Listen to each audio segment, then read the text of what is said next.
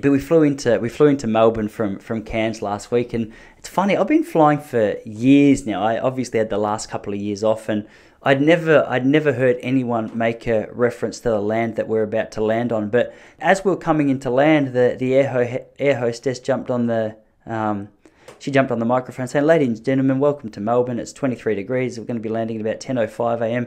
Just before we land, we'd like to acknowledge the fact that we're landing on stolen ground. This used to belong to the such and such a tribe, blah, blah, blah." And there's this weird look of pride on the face of the people who make these claims, or who make these acknowledgements. And there's also this weird level of acceptance amongst the rest of the plane. Some people were just looking like, yeah, that's beautiful that they do that. That was the vibe they gave me. But I thought, isn't it crazy that, like, I had I had my bike stolen in London a couple of years ago, right? And about 4 days after, which is crazy considering when we were in London, 4 days after, the bloke who stole my bike, he rocked up at a cafe on my bike to get his coffee. And I immediately recognised that it was my bike because it had a couple of distinct features. And I said, "Mate, that's my bike. You took it. Did you steal it?" He's like, "I did steal it, but I've updated a little bit. So it's like, it used to be your bike, but now it's more mine now." And I was like, "Dude, it's not. It doesn't work like that. Just because, like, it was my bike, and now you've updated the wheels and you're calling it mostly yours." He's like, "Yeah, look, but I would admit it was your bike originally."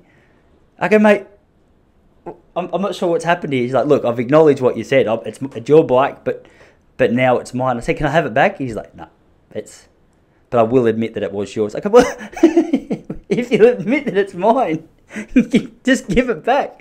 And I was so confused, and I felt like I was making a good point, and the people around me were like, "Yeah, I feel like there's no flaws in your argument there." But isn't it funny, like with this air hostess, I said, "Look, what?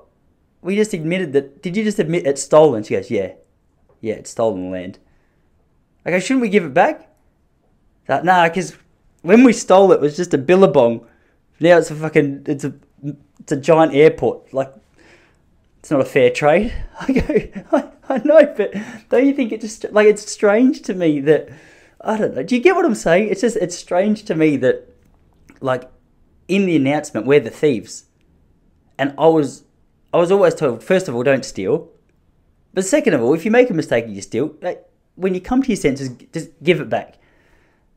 So here's the thing: either admit that you stole it and give it back, or stop going on a bit. Like, you can't. How have we got to a point where the thieves get to brag about how high and mighty they are? Does this make sense to anyone else? I was sitting there, I was racking my brain. I thought, okay, so it used to be a billabong, now it's an airport. We're not giving it back because it's worth more than what it originally was. They're like, yeah, but we acknowledged that it wasn't ours originally. I was like, I feel like, anyway, we're living in such weird times, aren't we? Are we living in the weirdest times? That just seems so strange to me. I don't understand.